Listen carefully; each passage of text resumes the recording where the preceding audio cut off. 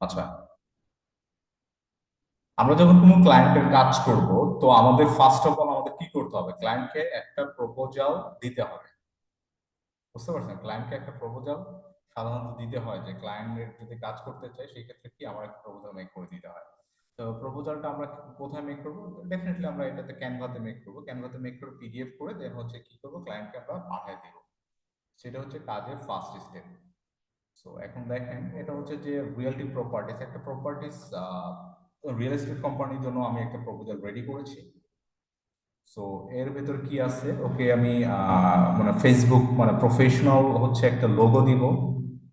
হুম, professional যে logo আছে এটা দিব, তারপর হচ্ছে কাভার ফটো দিব, স্লোগান দিব, শর্ট ইন্ট্রো, লং ইন্ট্রো। হ্যাঁ, এটা আমার একটা বাংলাদেশে একটা ক্লায়েন্ট, তার মানে ওর ফেসবুকে একটা পেজ সেট। এটার জন্য আমি নর্মালি চার্জ করি 4,000, কিন্তু ওনাকে আমি 2,000 টাকা আর কি ডিসকাউন্ট দিয়ে দিয়েছি। ওকে। আর একটা প্যাকেজ ধরেন আমি ওকে স্টার্টেড প্যাকেজ, যেটা আছে ওয়ান ফেসবুক অ্যাডভার্টাইজিং কনসালটেন্সি, যেটা হচ্ছে 10,000 আমি দিয়ে দিয়েছি।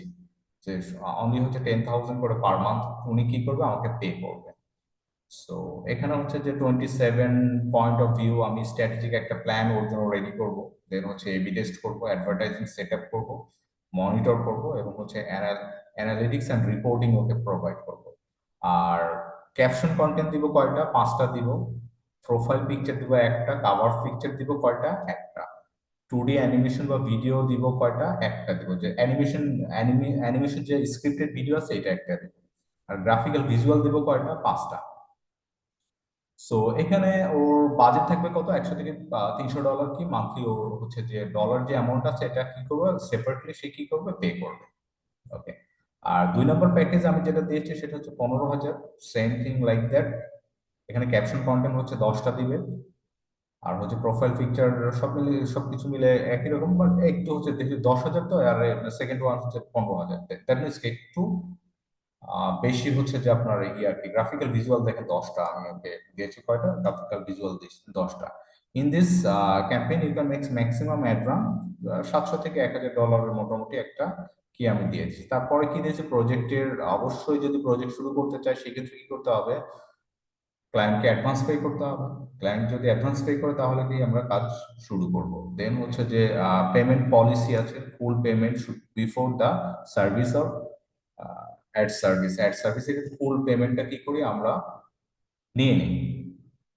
তো আর তারপরে কি দেওয়া আছে, ব্যাংক অ্যাকাউন্ট, পেমেন্ট মেথড দেওয়া আছে। হ্যাঁ, তারপরে হচ্ছে সবকিছু দেওয়া আছে। এবং হচ্ছে লাস্ট পর্যন্ত দেখেন হচ্ছে অফিসের অ্যাড্রেসও কি দেওয়া আছে। তো এখন আসলে কি, আমরা যখন ক্লায়েন্টের কাজ করতে চাই, তাহলে ক্লায়েন্টের কাজ করতে গেলে আমার কি করতে হবে? First of all or Facebook পেজটা আমাকে অডিট করতে হবে, এবং অডিট করার পরে ওর সাথে আমার কথা বলতে হবে, এবং একটা প্ল্যান বা প্রপোজাল ওকে কি করতে হবে, মেট করতে হবে। এবং এই ক্লায়েন্টের সাথে কিন্তু অলরেডি আমি কিন্তু ওনার সাথে কাজ করতেছি। সো এখন ধরেন আপনি কাজ পারেন, কিন্তু কাজ করবেন কিভাবে, এইটা হচ্ছে কি আপনাকে প্রথমত কি ফাইন্ড আউট করে নিতে হবে, যে আমি আসলে কাজটা কিভাবে করব, বা কোত্থেকে স্টার্ট করব এবং কোথায় শেষ করব। এবং ক্লায়েন্টের সাথে কিন্তু আপনার অলমোস্ট হচ্ছে এভরি সিঙ্গেল মানে প্রতি মাসে কিন্তু আপনাকে কি করতে হবে, একটা রিপোর্ট ক্লায়েন্টকে দিতে হবে, যে আপনি কি কি কাজ করেছেন, কত ডলার বার্ন করেছেন। হ্যাঁ, এই অনুযায়ী কি তাকে আপনার রিপোর্ট দিতে হবে। এখানে শুধুমাত্র কি আপনি অ্যাড চালাতে পারলে যে ভালো মার্কেটার হইতে পারবেন, বিষয়টা কিন্তু এরকম না। সো আপনাকে মানে প্ল্যানিং এও কিন্তু যথেষ্ট ভালো হইতে হবে, এবং ক্যানভাতে হচ্ছে ডিজাইন মেক করা জানতে হবে, যে ক্যানভাতে আপনি হচ্ছে যে মানে ক্লায়েন্টের যে ইয়াটা মেক করবেন, এগুলা কি করতে হবে আপনাকে জানতে হবে। তো ধরেন তাহলে আমরা এখন ক্লায়েন্টের আমরা যে পেজটা আছে এই পেজটা আমরা দেখবো, একটু অডিট করবো জাস্ট। কোথায় কোথায় ল্যাকিংস আছে আপনারা এটা দেখলে কি করতে পারবেন, বুঝতে পারবেন। ওকে। এখন আমাকে বলেন তো, এই ক্লায়েন্টের কোন কোন জায়গাতে প্রবলেম আছে?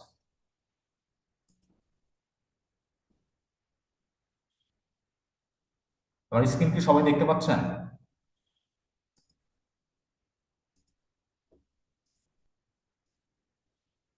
আমার স্ক্রিন কি দেখা যায়?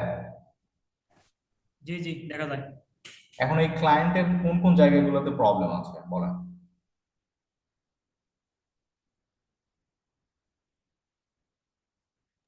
হচ্ছে লাইক কম, ফলোয়ার কম।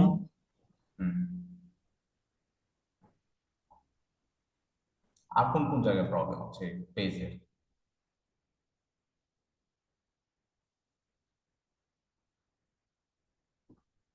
অন্য কেউ?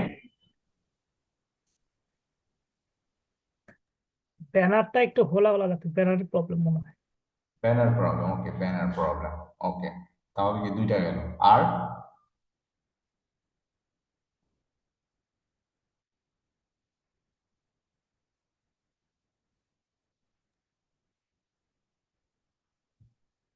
আর কেউ কিছু বলবেন?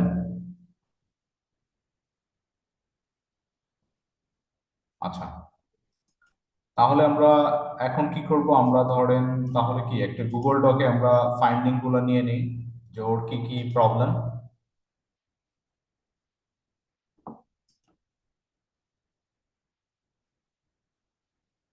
আচ্ছা, ফার্স্ট অফ অল কি তাহলে কি ব্যানার এবং হচ্ছে পেজ লাইক লাগবে, রাইট? দুইটা। আর কি ওর কি লোগো লাগবে না একটা?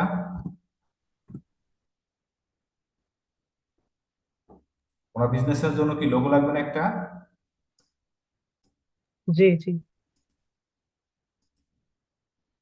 আমরা আবার ফেসবুকে যাই, দেখেন কি এখানে লোগো প্রবলেম না? ওনার বিজনেস কি লোগো আছে? লোগো কিন্তু নাই। দ্যাট মিনস কি লোগো দিতে হবে। আর ওনার কি ডেসক্রিপশন আছে, যে ইন্ট্রো কি আছে? ইন্ট্রো নাই। তাহলে কি আমার ধরেন ইন্ট্রো,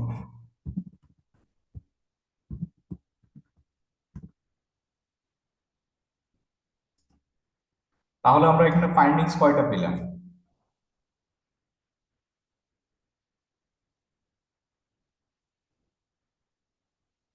বলেন, আমরা কয়টা ফাইন্ডিংস পেলাম? 4টা। আচ্ছা, 4টা। আচ্ছা, এই 4টা ফান্ডিং যদি আমি ওকে দিতে চাই, সেই ক্ষেত্রে কি আমি ওর ধরেন এটা ব্যানার কে করবে? ব্যানারটা ডিজাইন কে করবে? ডিজাইনার।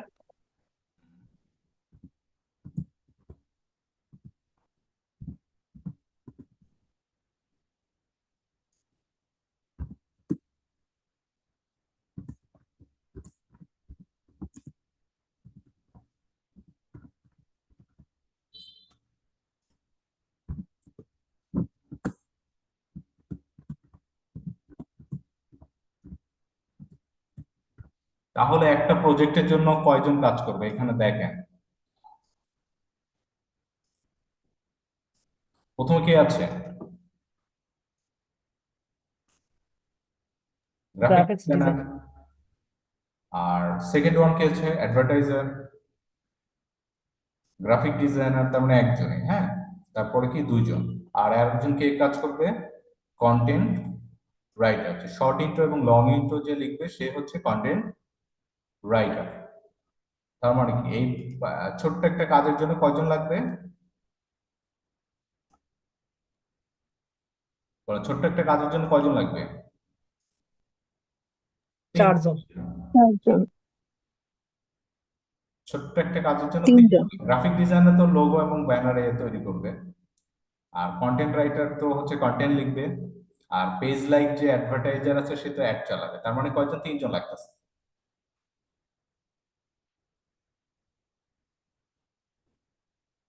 তোমার কথা কি বুঝতে পেরেছেন? জি। এখন বলেন, ডিজিটাল মার্কেটিং শিখতে হলে কি আপনার গ্রাফিক ডিজাইনার দরকার আছে কিনা?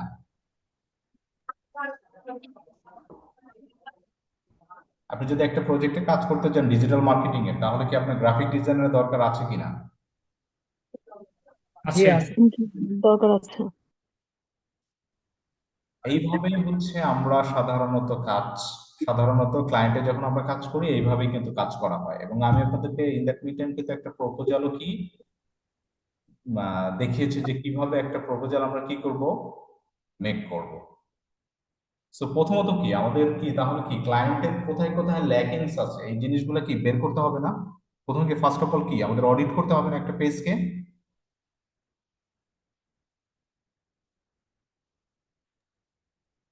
জি এখন আমি অন্য অন্য পেজকেও আমরা কি করতে পারি দেখতে পারি, যেগুলো হচ্ছে যে আসলে প্রফেশনাল পেজ। ধরেন আমরা এখানে দারাজের পেজকে যেতে পারি, দারাজ, দারাজ বিডি। ফেসবুকে আমরা দারাজ বিডি দিয়ে সার্চ করব। আমি জাস্ট আপনাদেরকে ওভারভিউ দিচ্ছি যে আসলে কিভাবে আমরা কাজ করব, এবং এইটা হচ্ছে ইয়ে করার জন্য। দেন আমরা পরবর্তী ক্লাসগুলোতে আস্তে আস্তে আমরা কি করব, রিয়েল কিছু প্রজেক্টে অ্যাড রান করবো, এবং অ্যাড রান করার রেজাল্ট কেমন আসছে এই জিনিসগুলো কি করবো আমরা দেখবো।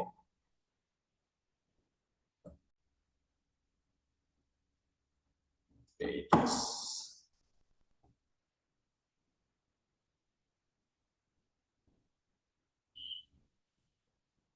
Daras.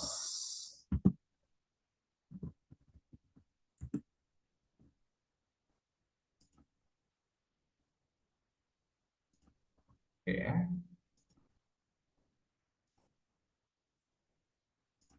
এখন এই পেজটা কি আপনারা সবাই দেখতে পাচ্ছেন যে দারাজ অনলাইন শপিং, এটা কি দেখা যায়? জি আচ্ছা, এখন এই পেজ আর ওই পেজের মধ্যে আপনার হচ্ছে যে ডিফারেন্স কি?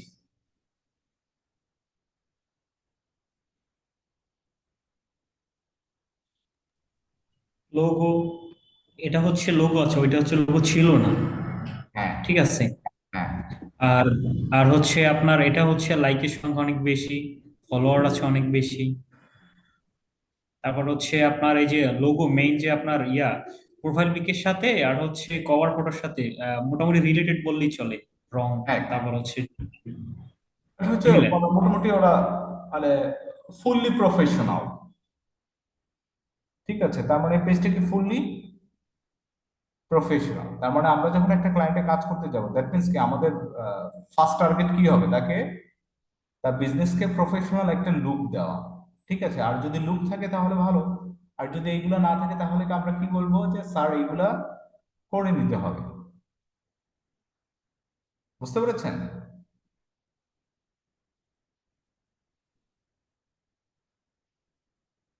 আমার কথা কি সবাই বুঝতে পেরেছেন? জি জি আর আরেকটা দেখেন, এখানে ইন্ট্রো, এখানে ইন্ট্রো লেখা আছে না, intro Daraz is Bangladesh largest online shop for fashion. দারাজে গেলে আমরা কি কি পাবো?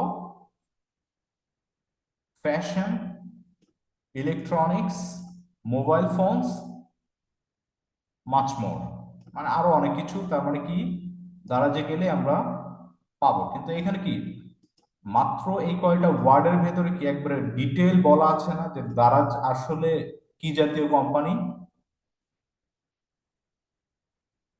জি তার মানে কি আমার ক্লায়েন্টকে কিন্তু এই জিনিসটা কি করতে হবে, দিতে হবে। আর একটা জিনিস আছে, নিচে পেজের একটা ক্যাটাগরি আছে, ক্যাটাগরিতে কি আছে, শপিং এন্ড রিটেল একটা ক্যাটাগরি আছে।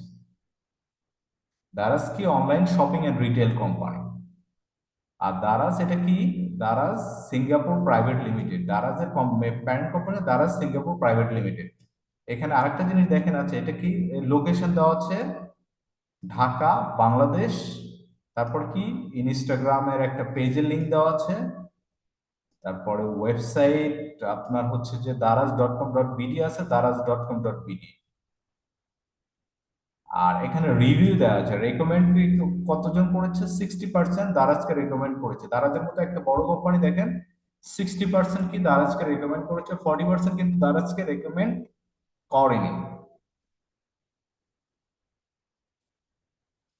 সো আমরা কিছু রিভিউ দিতে পারি। দেখেন এদেরও কিন্তু অনেক ভালো রিভিউ আছে, খারাপ রিভিউ আছে। বুঝতে পেরেছেন?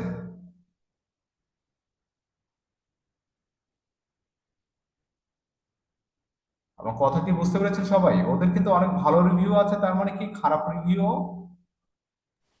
আছে। এখন বাংলাদেশের মধ্যে সবচেয়ে হচ্ছে বড় largest online shopping and retail company হচ্ছে কিন্তু দারাজ। আর একটা জিনিস হচ্ছে যে আমি আপনাদেরকে বলি, তাহলে কি আপনারা মোটামুটি বুঝতে পেরেছেন যে আমরা যাদের কাজ করবো তাদের কি ফার্স্ট অফ অল তাদের দুর্বলতাগুলোকে আমরা কি করব, ফাইন্ড আউট করব। ফাইন্ড আউট করার পরে দেন হচ্ছে আমরা কি করব, একটা প্রপোজাল পাঠাবো নাকি?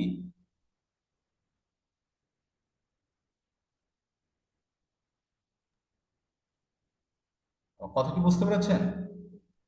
স্যার জি জি।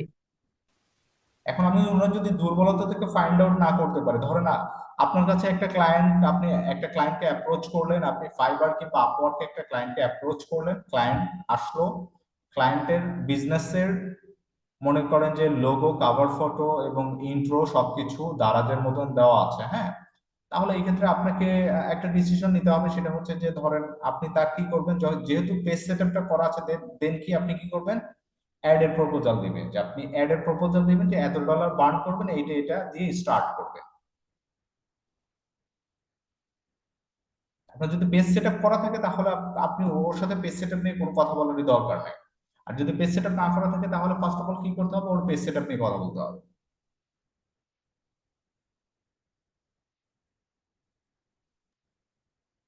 স্যার আমার একটা প্রশ্ন ছিল। শিওর।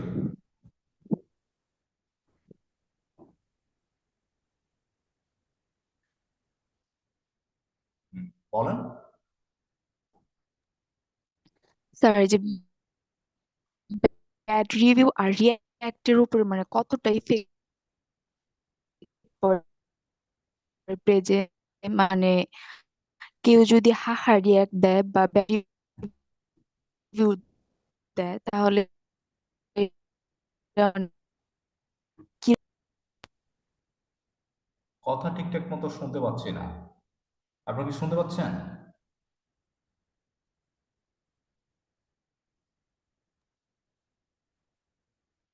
নেট প্রবলেমের কারণে হয়তো কথা কেটে আসছে আর কি, শোনা যায়নি। মানে ব্যাড রিভিউ আসলে এটা কতটুকু ইম্প্যাক্ট পড়ে, এরকম একটা কোয়েশ্চেন ছিল। আচ্ছা, এখন একটা কি ব্যাড রিভিউ, আপনার সম্পর্কে যদি কেউ খারাপ কথা বলে আপনার কেমন লাগবে? অবশ্যই খারাপ।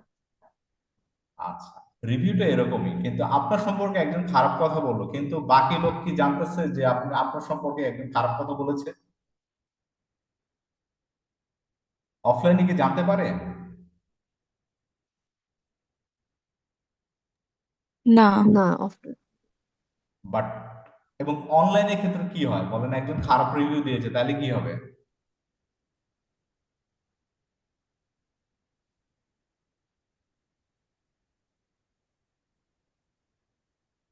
সবাই জানতে পারবে। তাহলে কি ওই ব্র্যান্ডের জন্য এটা ভালো না খারাপ? মানে অবশ্যই খারাপ হবে। এইটাই হচ্ছে যে আপনি ধরেন অনলাইনে রিভিউটাকে অনেক বেশি হচ্ছে যে আপনার মনোযোগ সহকারে দেখা উচিত আমার মতে, কারণ যারা অনলাইনে বিজনেস করে তাদের ক্ষেত্রে রেপুটেশন হচ্ছে যে অনলাইনে ট্রাস্ট বিল্ড করা। আপনার কাছ থেকে কিন্তু মানুষ প্রোডাক্ট কিনে না, আপনার কাছ থেকে জাস্ট কি কিনে, মানুষ কিন্তু বিশ্বাসটা কিনে, ট্রাস্টটা কিনে। বুঝতে পেরেছেন? আর মানুষ ছবি দেখে কিন্তু কি করে, ডিসিশন মেক করে।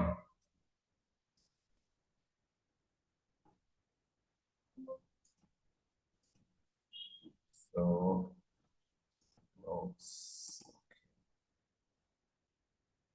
তো আমাদের হচ্ছে যে সিলেবাসটা আছে, আমি আপনাদেরকে সিলেবাসটা জাস্ট দিয়ে দিব সবাইকেই। সো আমরা আসলে আমাদের হোল ক্লাসগুলোতে আমরা আসলে কি কি শিখতে যাচ্ছি।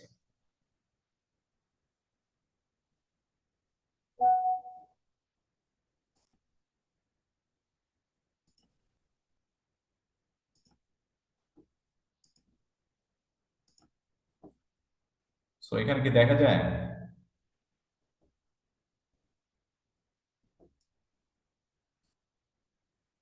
আচ্ছা, আন্ডারস্ট্যান্ডিং ফেসবুক মেটা অ্যাডস। হ্যাঁ, আজকে আমাদের ক্লাস হবে হচ্ছে কি আন্ডারস্ট্যান্ডিং ফেসবুক মেটা অ্যাডস এর উপরে, মানে what is Facebook ads, how it's work, এটা আসলে কিভাবে কাজ করে, why Facebook ads are effective, Facebook advertising policies overview, professionally optimizing and Facebook existing page। That means কি optimizing an existing page, এটা কিন্তু আমাদের অলরেডি কি হয়ে গেছে, ঠিক আছে। আমরা কিন্তু দেখেছি একটা অপটিমাইজিং ফেসবুক পেজকে কিভাবে আমরা প্রফেশনাল অপটিমাইজ করব। এখন আমরা যেটা কথা বলবো সেটা হচ্ছে ফেসবুক অ্যাডভার্টাইজিং পলিসি। ফেসবুকের একটা অ্যাডভার্টাইজিং পলিসি আছে, আমরা কি এইটা নিয়ে একটু কথা বলবো। এখন ধরুন ফেসবুক অ্যাডভার্টাইজিং পলিসি, আপনি যদি কোন কোন প্রোডাক্ট গুলোতে আপনি করতে পারবেন না, প্রমোট করতে পারবেন না, বলেন তো যে কোন কোন প্রোডাক্ট গুলো ফেসবুক আপনি চাইলেও প্রমোট করতে পারবেন না?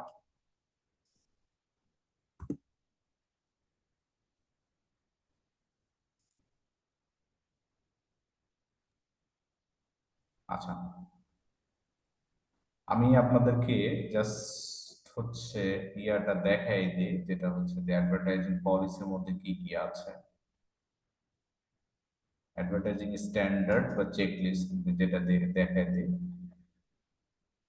আচ্ছা, আপনি কি চাইলে ফেসবুকে বা ড্রাগস সেল করতে পারবেন? না স্যার, কখনোই না। কেন সেল করতে পারবেন না বলেন? এটা ইললিগাল। ইললিগাল কোনো কিছু তো সেল করা যাবে না। আচ্ছা, এখানে দেখেন অ্যাডভার্টাইজিং এর কিছু পলিসি আছে। তো আপনি যেহেতু একজন ফেসবুক অ্যাড এক্সপার্ট যদি হইতে চান, তাহলে কি আপনাকে জানতে হবে না যে কোন কোন জিনিসগুলো আপনি করতে পারবেন, কোন কোন জিনিসগুলো করতে পারবেন না? এটা কি জানার দরকার আছে না?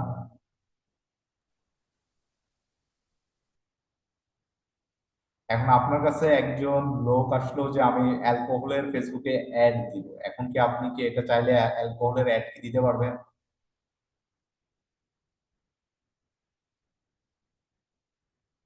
বলেন। আপনি আজ স্যার। মার্কেটার আসছে যে আপনার কাছে যে বললো যে আমি অ্যালকোহল নিয়ে আসছি, আমার এটা অ্যাড দিয়ে দিতে হবে, আপনি কি তখন কি বলবেন তাকে?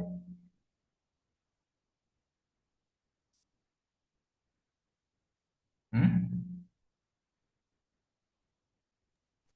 বলবো যে এটা ইল্লিগাল, এটার জন্য আগে আমার পারমিশন নিতে হবে এটা হায়ার অথরিটির পারমিশন কাছে। তো আপনি নিতে পারবেন না, এটা তো ইলিগাল। আপনাকে ফেসবুক অ্যালাউ করবে না এটা। আমি আপনাদের কিছু মেটা অ্যাডভার্টাইজিং স্ট্যান্ডার্ড দেখেন আমার স্ক্রিনে। স্ক্রিন কি সবাই দেখতে পাচ্ছেন?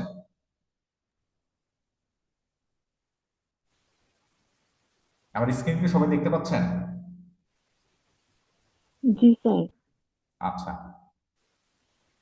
আচ্ছা, আমাদের ক্লাস 10 মিনিট পরে হচ্ছে যে আপনার হয়ে যাবে, এন্ড হয়ে যাবে। তো আমরা 10 মিনিট পরে আবার প্রয়োজনে জয়েন করবো, হ্যাঁ? আর যদি 10 মিনিটের ভিতরে শেষ করতে পারি, দ্যাটস গ্রেট। হ্যাঁ, ওকে।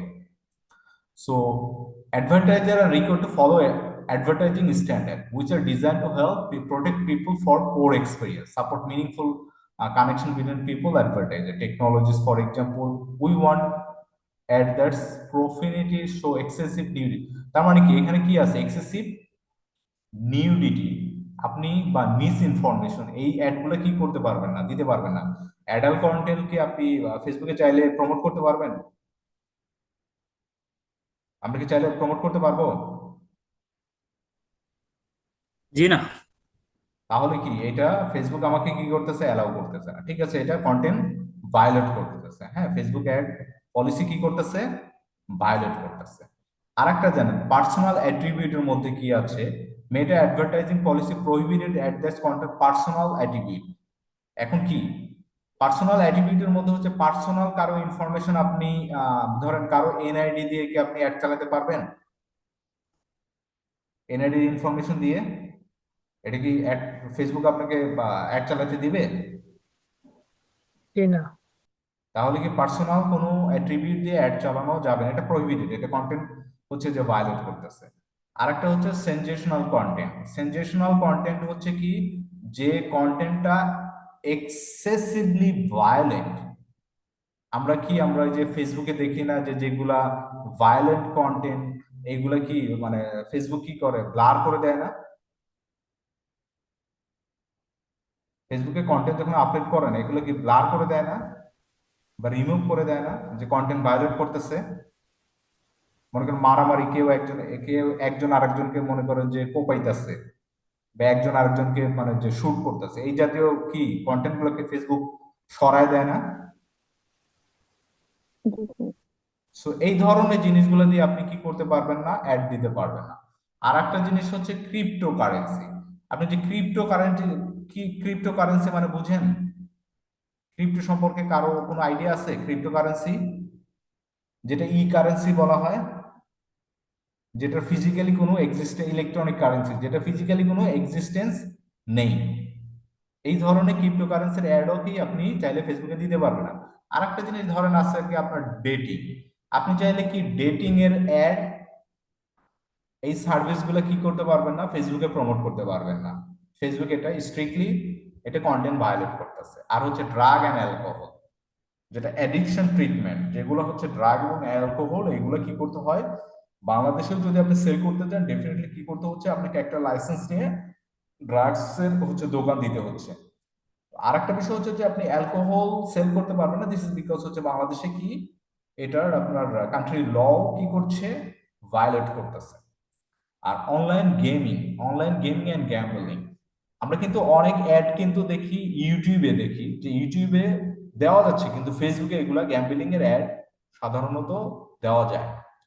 আর personal health and appearance, personal health কি নেগেটিভ সেল মানে যে আনরিয়ালিস্টিক যেগুলো আপনি এগুলো দিতে পারবেন না। পার্সোনাল হেলথ অ্যান্ড অ্যাপিয়ারেন্স নিয়ে খুব বেশি এগুলো কি করতে পারবেন না।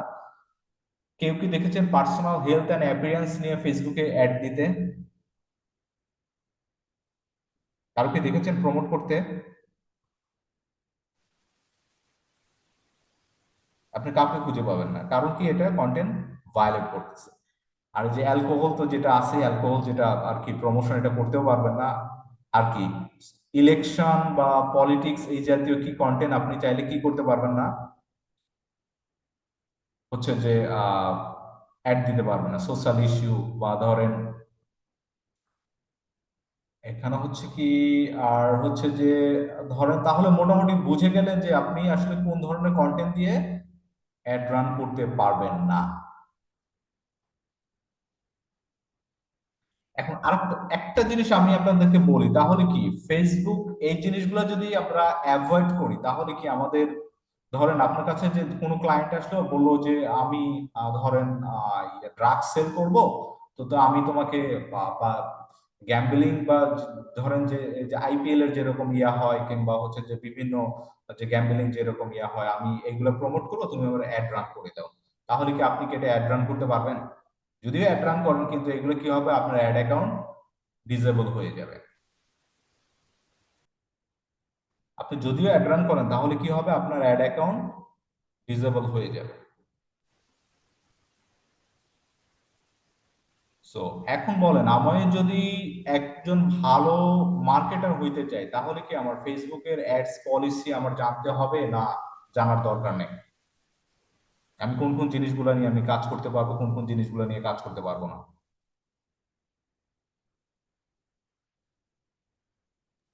বলেন।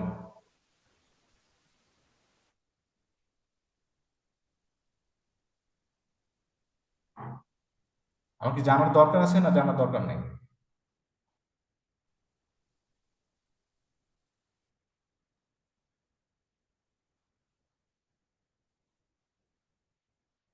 হুম, আপনাদের কি মনে হয়, আপনি জানার দরকার আছে না জানার দরকার নেই? কাইন্ডলি একটু বলবেন।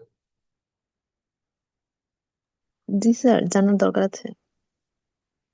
আপনি যদি একজন ভালো মার্কেটার হইতে চান ডেফিনেটলি কি করতে হবে, আপনার এই জিনিসগুলো নিয়ে কি মানে যে আপনার স্টাডি করতে হবে, এবং আরো আমরা ভালো কি করব, যদি একজন ভালো মার্কেটার হইতে চাই বা অ্যাড এক্সপার্ট হইতে চাই ডেফিনেটলি এই জিনিসগুলো আমাদের মাথায় রেখে সামনের দিকে আমরা ক্লায়েন্টের সার্ভিস দেওয়া কি করব, স্টার্ট করব। তাহলে কি হবে, আমরা সবসময় বেটার, আমাদের মাথায় একটা জিনিসই থাকবে যে ক্লায়েন্ট ফার্স্ট। ক্লায়েন্টকে যত ভালো সার্ভিস দিতে পারবো সে তো মানে মনে করেন এই মাসের, মনে করেন ক্লায়েন্ট আমাকে এই মাসে পে করবে, সামনের মাসে পে করে, যতক্ষণ পর্যন্ত তাকে ভালো সার্ভিস দেবে সে ততক্ষণ পর্যন্ত সে আমার সাথে থাকবে। আমি যদি তার খারাপ সার্ভিস দিই সেই ক্ষেত্রে কি হবে, ক্লায়েন্ট আমার কাছ থেকে কি হবে, চলে যাবে।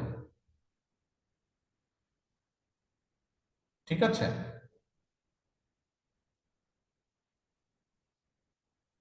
জি স্যার।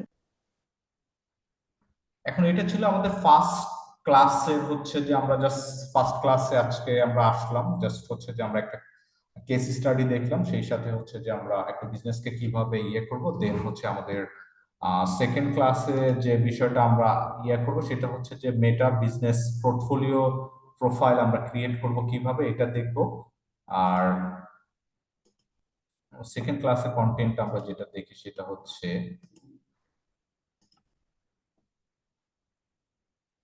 মেটা বিজনেস পোর্টফোলিও ক্রিয়েশন। এটা তো মোটামুটি কি সবাই পারেন না? ক্লাসে এটা দেখানো হয়েছে কিনা?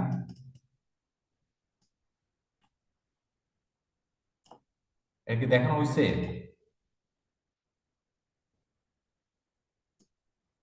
এটা নিয়ে নেক্সট ক্লাসে, সেকেন্ড ক্লাসে আমরা এটা নিয়ে ডিটেলস কি করব, আলোচনা করব।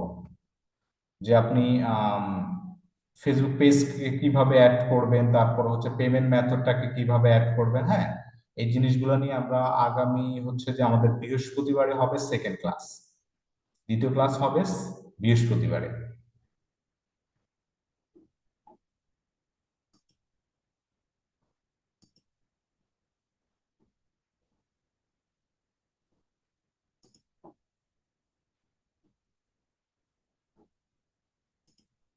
আর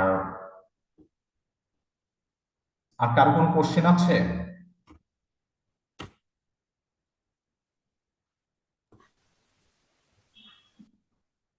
কারো কোনো কোশ্চেন আছে? না স্যার, আজকের ক্লাসের উপর নেই। আচ্ছা, আমরা প্রত্যেকটা ক্লাসে হচ্ছে আমাদের ক্লাসে আমরা যতটুকু হচ্ছে যে আপনার ক্লাস নিব, প্রত্যেকটা ক্লাসের ভিডিও আমি আপনাদেরকে ইউটিউব চ্যানেলে আপলোড করে দেন হচ্ছে কি করব, দিয়ে দিব, ঠিক আছে? আর আমাদের ক্লাসের ডিউরেশন হবে 45 মিনিট করে, 45 মিনিট করে ক্লাস হবে, 9টা থেকে 9টা 45 পর্যন্ত।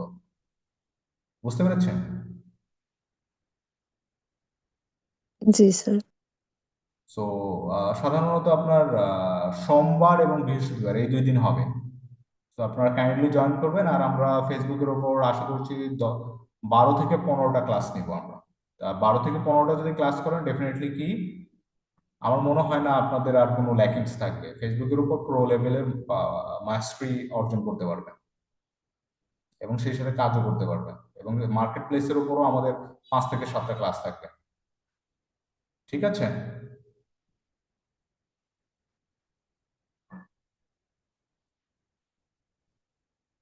তো আজকের ক্লাস আমাদের